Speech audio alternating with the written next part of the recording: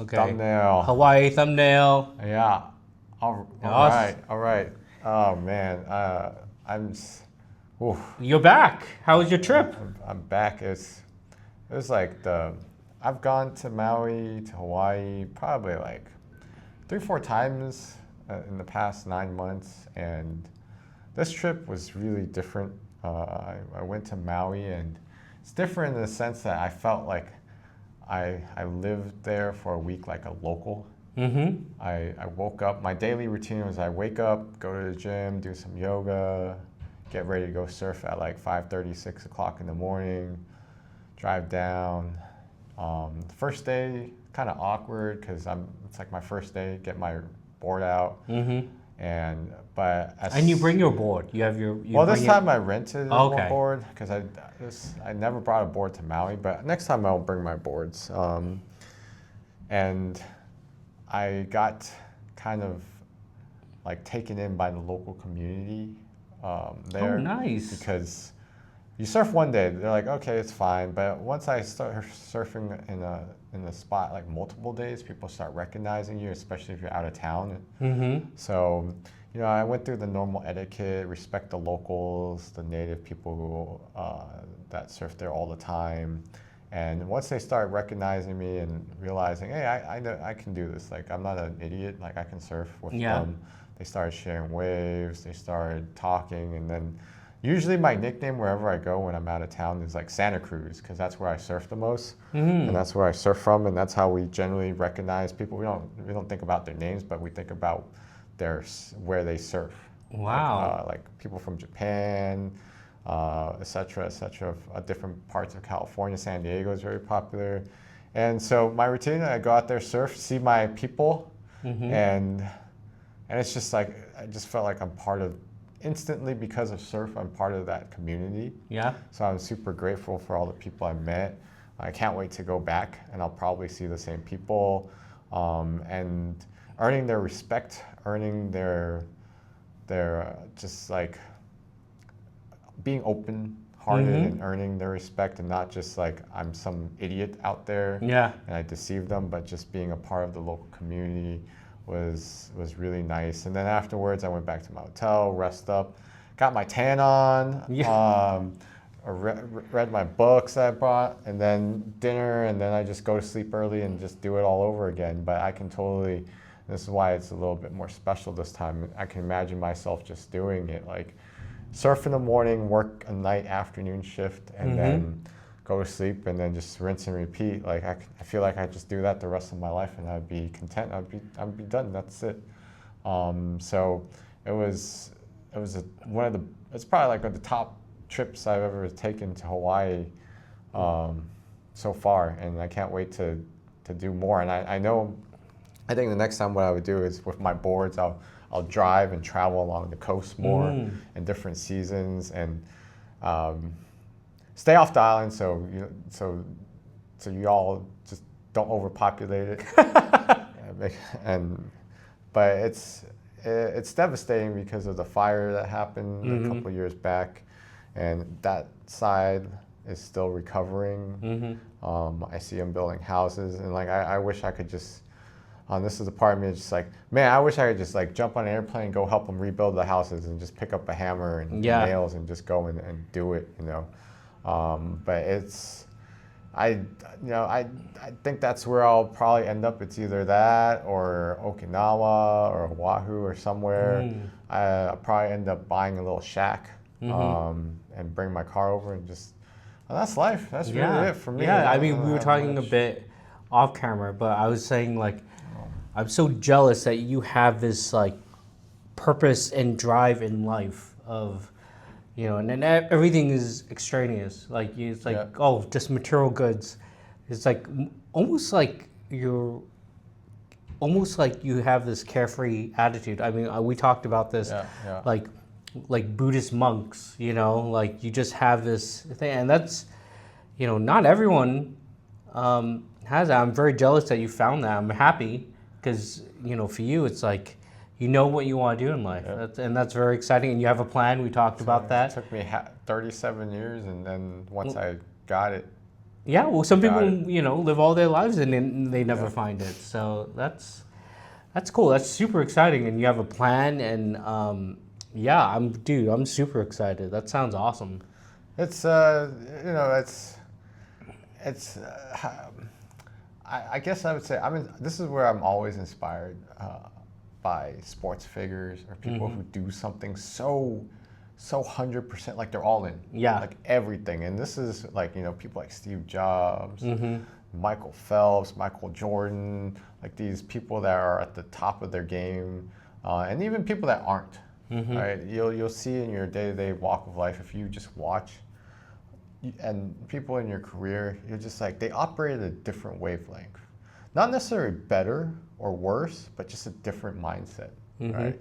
And when I was younger, I thought they're just dumb or stupid, or why are they so committed to something? But then as I age and I watch and I learn to just take it in, I realize it's because they're so driven by something else that they don't care. They don't care because if it doesn't contribute to their life goal, they realize they're wasting energy, so they care less. But for me, like once I realized that this is what I want to do, everything I do becomes inspired so that I can do my best so that I can achieve those life goals. So that's how I reframed my mindset, that it's not like screw everything, go surf. Right. It's everything I do contributes to my surfing goals. So that's something that took me a long time to find out, and I'm glad that I have, and it does give me a certain I don't give an F attitude about certain things, because like at the end of the day, I can tolerate a lot of things, and if something doesn't work out, I was like, whatever. I still have the ocean. You're never going to take the ocean away from me. You could fire me from my job. Yeah. You could never talk to me again, ghost me or whatever, and like I have the ocean. And that frees up a lot. You don't have to worry about things so much. You're more open. And then the other thing that I'm like very jealous is like you can just cut out things that are extraneous. You don't have to worry about things because you have a goal, and you were saying that's like your North Star. So it's like as long as you have that, and nobody can take that away from you. Like everything, it just doesn't matter. Yep. It's a mindset, and I've heard it many times earlier in my career and early in life, where just have an attitude, just have that, or being able to say no or I don't care. But when you read those books, they actually like, it's not that you don't care, it's you just try to focus your energy on things you do care about. Right, and you have control over it, right? Yes, you have control over it, yes. Exactly. I didn't learn that nuance until more recently, where I started saying no to stuff, just like I just flat out say no. Yeah. I just flat out, I just don't care about your opinion. I don't care what you think about me or what you think, because it's like, I don't have that much time in life, right? 40 years maybe at most. And right, this planet's been around for millions. 40 years is nothing. Right. So in the context of everything, if I spend all this energy worrying about what other people think or feel and stuff, like I'm never going to be able to live the life I want to live. Right. Yeah, no, exactly. And it's like, why do you care what those people think if you can stay true to yourself and live the life you want? Yes, that's exactly what it is. And that's amazing. Took me time, and I'm glad I took this vacation because it really just helped me refocus on what's important. I always know, but it's always nice to take that break and try to disconnect. But for me, I could never disconnect. I think, so this is also the interesting thing, that how I approach things like work and life, they don't have exact boundaries. It's like I flow back and forth. If something needs to be done, I'll do it. Yeah. And then I can quickly turn over. I don't go like, I'm on vacation for the next 7 days. You'll never be able to reach me. Yeah. I'll never check my email. No, I don't think of it that way. I'm able to walk in between the different realms, like very smoothly. Just go back and forth. I don't draw that. Yeah. No, that's good. Having a good work-life balance, and also not to stress too much at work. Because I know I'm guilty of this, where you got family. Well, you got family. That's a whole. I don't have family like you, so when I think that's what makes it different for me is I don't have kids. I don't have like even if my wife wanted kids, I'd look like no. You go find another man to have a family with. The 2 dogs are enough. So that's the aspect. I mean, I think that's the interesting aspect. Like I so firmly am against children right now. Yeah. But I always think of like there is a version of me probably like an alternative timeline. Yeah. Where, Yeah. hey, if I met a surfer girl. Yeah. And we have surfer children. Yeah. That's a possibility. But at the moment, or right now, I'm not chasing romantic interests or relationships. I'm just like, I just want to surf. Right. Mother Nature and the ocean is all I really just am chasing. Yeah. Yeah. That's amazing. Yeah. And it's great that, I mean, for you, you have the work-life balance of being able to separate it. And you don't, a lot of people live to work, but for you, you work to live, it enables you to go surfing. So Yeah. I think that's super important. I think there's not too many people that the people I know, they're so, at this age, at this point in time, they're already fully into their passions. Yeah. And I mean, I probably don't, like the people I remember growing up with that are really into music, and then every so often, they're like producers now, right, in their 40s, or they're really into it. Like, I'm like, man, if I discovered this in my 20s or teens, oh, what a different life it would be. Right. It could also mean I'd be dead. I mean, I could be so injured I wouldn't be surfing. So, I just learned to embrace and just appreciate and grateful for. But maybe you wouldn't have gotten to this point if you didn't have the other life experiences. So exactly. So you can't take those things for granted. Exactly. So that's why I'm like, just be grateful for the moment that I'm in and the situation that I'm in, and then as always, I tell everybody, like, I hope everybody finds this, especially in this age of like AI and artificial experiences and talking to a bot. Yeah. Like, it's just so. So on the island, I don't hear too much talk about like AI and stuff, because on an island, you talk to real people, you see real people, you interact with real people, there's, and it's not Silicon Valley, and, so it's like you have real experiences, versus here there's all this chase of how to be more efficient, how to use AI in your workflows in your day-to-day. I'm like, do we need all this, honestly? We were fine without this, and we peaked in society where we had like great culture, right? Great moments, and do we need this generative stuff? Do we need some of this? The automation I get, I think that's always the mislabel of calling automation AI. Because that's just pattern recognition and just, but the generative stuff, the creative stuff, that I'm like, do we really need that? I mean, humans can be creative, it's fine, just leave it alone. But I'm interested in seeing a first AI movie. I think the spectacle of it. But I'm sure there's movies that are made using automation anyways. So it's like, how far do you want to take it? Like, I was watching Lord of the Rings. I was like, man, they'll never make movies like that anymore. Like practical effects, like you had hundreds of people riding horses. And going off into a faraway place. Yeah, I mean, that's a great example. You have Lord of the Rings, a trilogy, and then you have The Hobbit, which is very CGI, and they didn't do practical effects. Yeah, that's probably why it doesn't stick in my mind, because that's a whole trilogy. The Hobbit was they made it. It was one book, but they made it. But that I don't think it's aged as well. Versus when you have practical effect, it just looks real. Versus when you rely so much on computer graphics. And you're so effects. right. You're so right now that I think about it. I know there were some scenes, obviously, in Lord of the Rings, the massive battles. Like, they didn't have thousands of orcs, obviously. Yeah. Thousands of extras, but outside of those scenes, you're totally right. Like, those battles were like real people fighting. Oh yeah. Dressed up fighting. Yeah,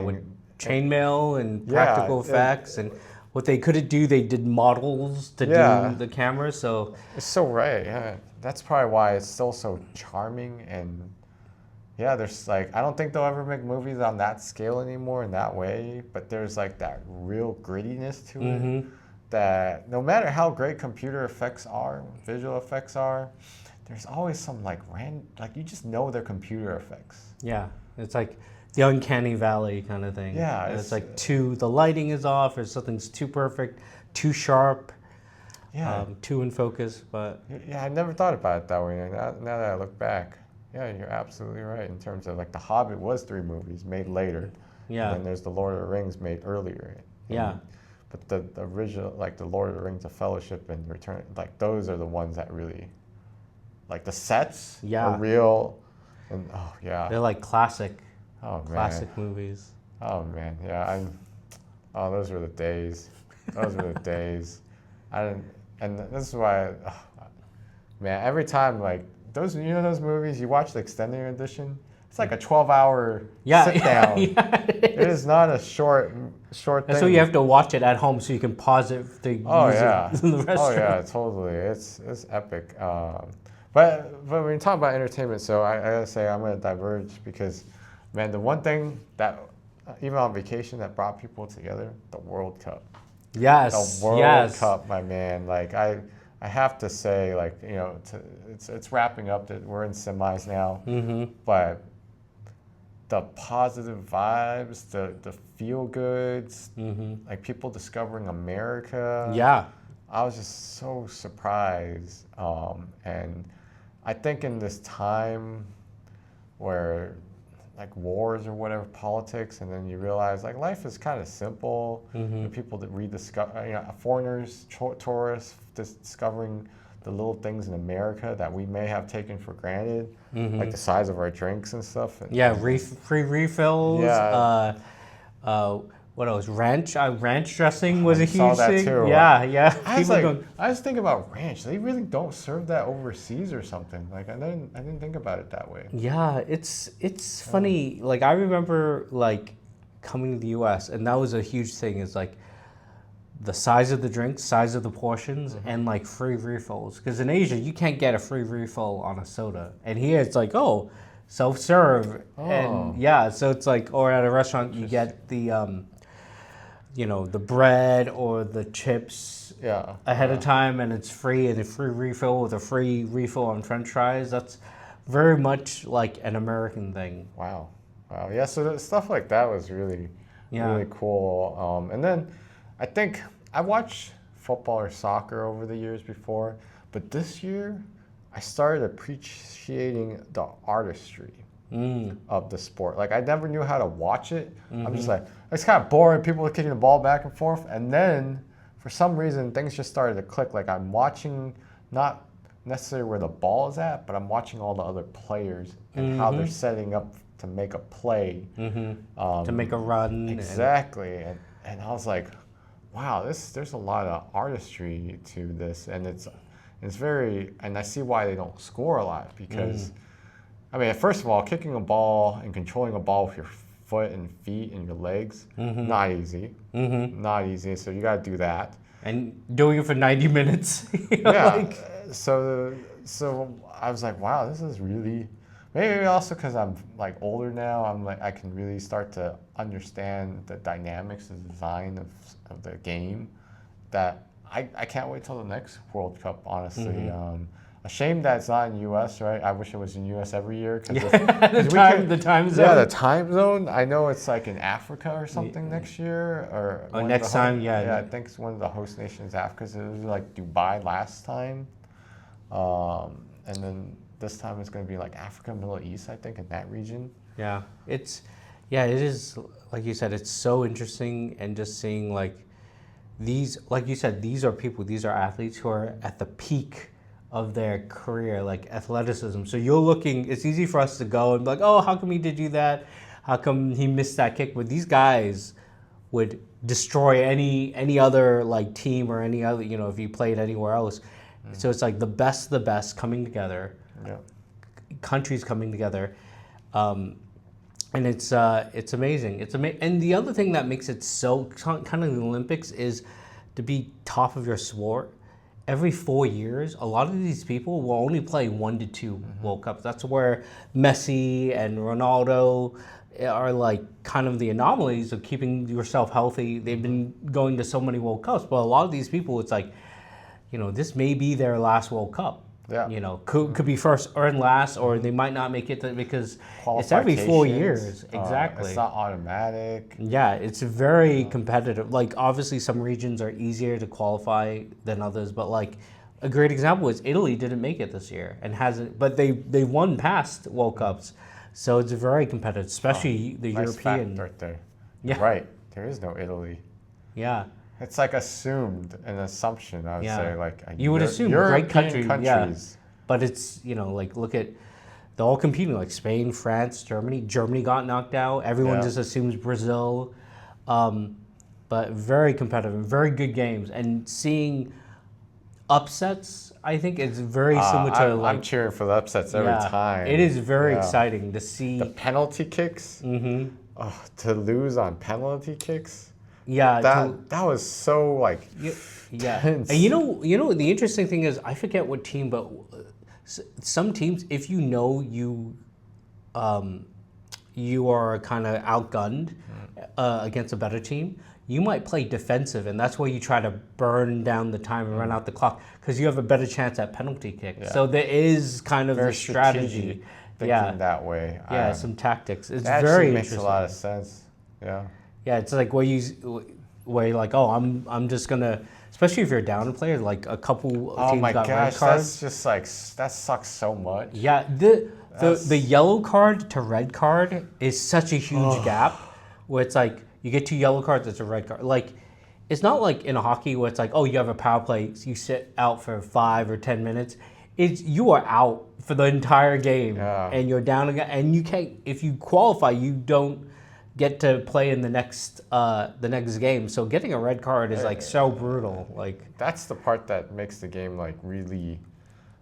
I'm like, wow. So that shifts the momentum. Oh, absolutely. The strategy completely when you're down a man. I see the teams when that happens, they go complete defensive. Yeah, they shell turtle up. I was They're like, just wow. Kicking the ball out. They're completely defensive, and then the other, it's like automatically, well, at least at the World Cup level, the other team just like continuously just plays on their side. Yeah. The opponent's side. The game just like it just becomes a shootout. Yeah, it just becomes like the field just got cut in half because you lost a man. Now you're playing half court. And I was like, dude, that pressure is intense. Yeah. Intense. Yeah, and also like being the goalie, like I know, like there's some goalies who like mess everyone up, but that is such pressure. Like, you think of how big the goal is. So it's amazing seeing some of these guys like shoot, and when it hits a crossbar, and you're like, dude, it's so big. Like, for you, like, I don't think you could even aim for the crossbar and hit it. You know what I mean? And these guys are just so close, just inches. That's how good they are. Yeah, that's so. It's like, so I can understand like a normal flow of the game, like one-on-one. The goalie will probably be able to block it, I would say, generally, because it's the advantage they use their hands. Yeah. And it's one-on-one. They can run up to you. And they could like go grab the ball or whatever. But I see why so many plays are set up where they're from a corner kick, from a pass, so that the goalie can't cover. Yeah. It's like corner kick redirect. Yeah, the header. It's just like so fast that it's impossible for the goalie.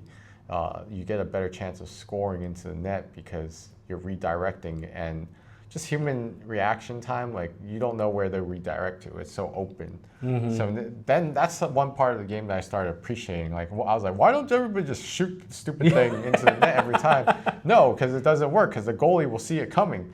Like, if you're the only person shooting, I don't have to worry about everybody else. But as soon as there are other people, your team's around, then I'll have to worry about, oh, you pass it and then your teammate can shoot it.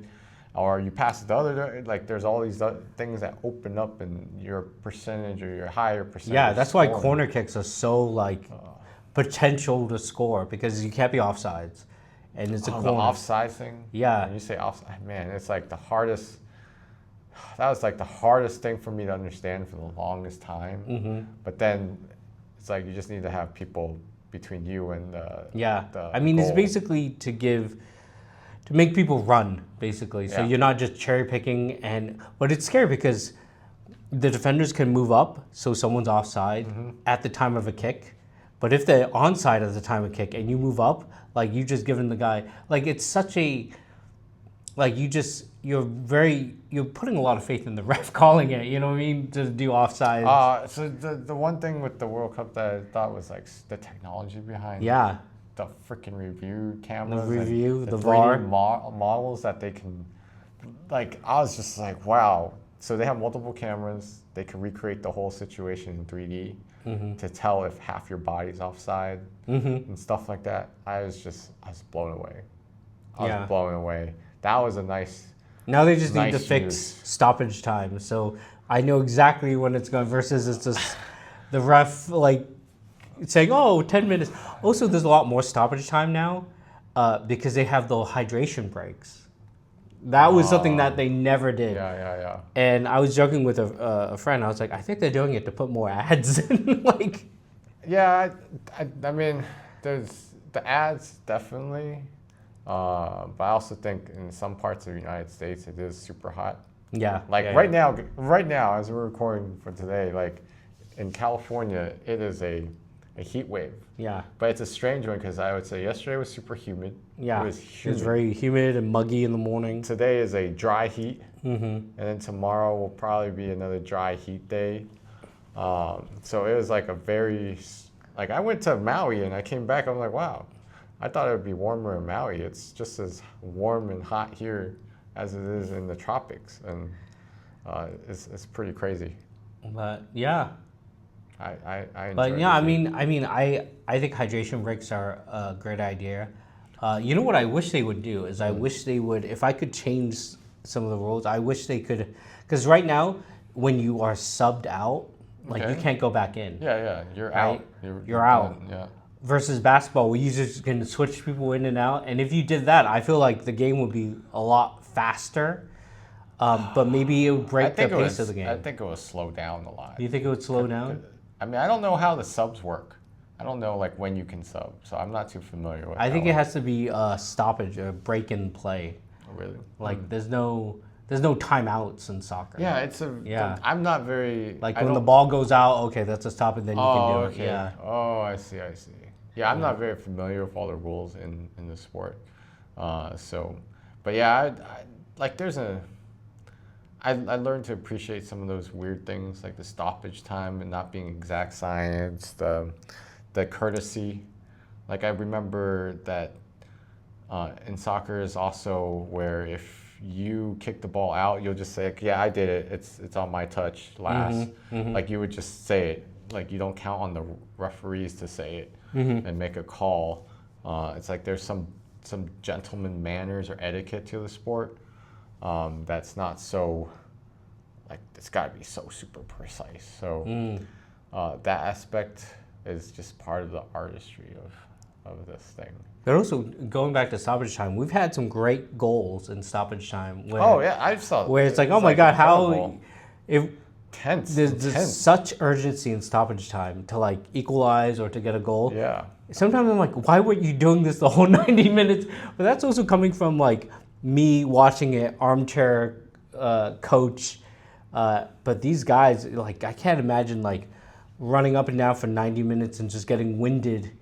And yeah, I understand why, like, you know, if you're a striker or whatnot, like you might want to conserve a holdback and maybe fake out the defenders. Oh, he's winded, and then you just go. You just burst his speed. You conserve that energy. You play a different mind game. Different strategy. And I think that's where the coaching comes in and making those adjustments throughout the game. And this is also why I'm like sad the East Asian teams couldn't represent Korea. Well, Japan did really good. Yeah, Japan, but South Korea couldn't even make it out of the round, like team play.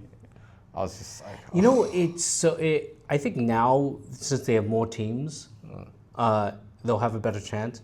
But it is tough. It is tough because it's all random based on what group you're in. Like if you're in a tough group, like it's tough. Like definitely there are some easier groups for qualifiers than others, because some of them were like heartbreaking. Yeah. And I mean, eventually you have to play against other tough teams. It just sucks to be in a qualifying group where you're competing against really good teams. And Japan, like when Japan almost beat Brazil, I was like, dude, no way is Brazil gonna. They were ahead for. And I was like, dude, if you can do that to Brazil, like also like some of the teams that like held Argentina, and I was like, man, like Egypt, like I'm not even like a fan. I don't know any of the players or what, but they played a lot better. And I kind of think it's they were what? They were actually in the lead. Yeah, they were they were up 1 goal, and then they were up 2 goals, but then they called it back and disqualified the goal because of a tiki-taki foul on the other side. But I was like, that's where I think like maybe technology, because if there's a foul, you have to call it there. You can't wait, for the play, because if you wait for them to score and whatnot, it's like you totally swung the momentum. Like you needed to call it there, because if you did call it then, I would assume the foul would be on the other team, because you're giving them the moment, just like in football. It's like if there's a foul, but it's a foul on you, but you have the advantage. They'll let you run the play before calling it. Yeah. But overall, I'd say like delightful surprise is the start of the summer. It's the World Cup, and with the 4 remaining teams, France, Spain, England, Argentina. Very tough. What is it? I had a stupid pick the team to go all the way. Yeah, who did you pick? I picked Argentina. That's not a stupid pick. And I think it was not a stupid pick, but I just like I don't know which platform. It's just like pick the winner or something. Maybe it was TikTok or something. It's like, who do you think will go all the way? And so I picked Argentina just because they were the last winners. Yeah. Right. Could be back to back. And Messi's last World Cup, most likely. Yeah. And that's who I picked. I didn't know any other team. Who do you think? What's your pick with these 4 teams remaining? I mean, I'm biased. I'm going to go for England. With that being said, they're playing against. Why are you biased? How is that biased? Because like half my family's from England. That's why. So I don't think they're necessarily the strongest team, but I'm going to root for them. Just like I was rooting for the U.S. I'm like, no, I don't think the U.S. are going to go that far, but. It's good. It was good because you get a little further and you get a little better, So it's tough. It's tough. These teams are very, very tough. My dark horse, I think I have my reservations, like who I want. But if I was being practical and real, I would say France will probably go all the way. That's what a lot of people. It's going to be like France versus Argentina. I feel like France is just they got the talent, the firepower. They're undefeated. Oh, they are? Yeah. Oh. Yeah. So I think they play against Spain, and Spain is also undefeated. So someone's going to be defeated today, and the knockouts. Yeah. And then it's England versus Argentina, and that's like very historical, like. Past World Cups, and usually ends up in heartbreak for England. Yeah. So similar to the New York Knicks, I am not going to watch the game. Oh my gosh. I'm not going to watch the game because I thought. Okay, so you're right. Now that when you mentioned that, so I couldn't watch all the games, right? Yeah. But they do a darn good job of capturing the highlights. Yeah. At first, I was like, "What the heck? Why are the highlights 15 minutes?" The recaps. Because they also capture the plays that are close. Yeah. So I was like, oh, this is pretty good.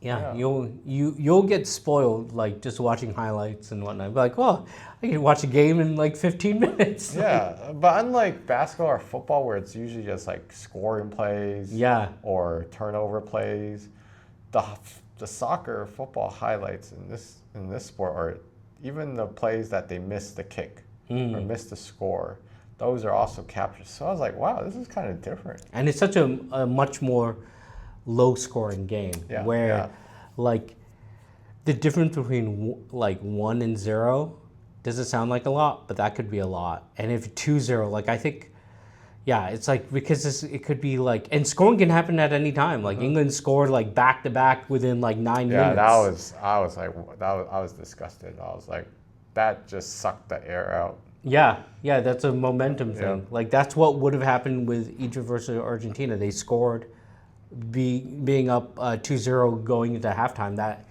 you have to rally up in halftime, but it's very tough to come back. Completely changes the way the game. Because what you can do is like if you're up, you can just go defense mode. I'm gonna get the lead and I'm gonna sit on it. Yep. And make it very tough for the other team to score. So some great moments. I say I'm gonna leave with one confession. So okay. Because of my trip. So on the first day, we did a hike. It was like a 4-hour hike. Wow. 4 hours. And this is how I know. This is how you'll know in the future if you go on a hike. Now, this hike, no shade. It was just all sun. Yeah. Like a desert. Did you have water? I had water. I was prepared. I had my hiking backpack, and I was prepped. And I'm also fit. Like I can hike up and down for no problem. My wife, she's not fit at all. But you have to carry her? No, we just take breaks on the way back because it was a downhill, uphill kind of thing, changing elevation of like 3,000 feet. But this is how I know. I'll confess, like I knew it was a serious hike because I had to pee. And when you go on a real hike, it doesn't have restrooms. Yeah. You gotta find a place to pee. Yeah. And it's like you gotta find a rock, you gotta find a tree. And unfortunately, the place where we hike is like so barren. Yeah. But luckily enough, no one hikes this. Oh, okay. Normally, so I was just like, all right, just make sure no one's around, no hikers coming around the corner and stuff, and then just quickly go behind a rock or something. Yeah. and just pee. And I'm lucky enough that I'm a dude. Yeah, you can just. I imagine like much easier. All the female hikers that we passed by, I'm like, man, they're gonna do the 11-mile hike. That's like half a day. Yeah, wow. 8-hour hike probably, and I'm like, they must need to pee, and there's no restrooms or porta potties here. So how they do it, they probably just find a bush. Yeah. So that's how you know you're seriously hiking. You just gotta go. You just gotta pee and find a bush. That's just I didn't realize because in Bay Area, most people hike like 1 or 2 hours. And there's restrooms around if you really need to use it, or you just drive home. But when you're really on these hikes, like hardcore, you just gotta go. You gotta go. Reminds me of like some of the people that go on those like cross state hikes or like all in the mountains. I'm like, man, I never thought about it. Like they bring all their own toilet paper and everything because you just gotta go. You gotta go. You don't wait for a restroom. Oh man, that's hardcore. That's how you know you're really like hiking. So did that turn you off hiking? Or? I'm never hiking. I'd rather surf. It's just something I had to do with my wife. Oh, okay. Like, we don't do too many things together. So that was. Oh, so does she enjoy hiking?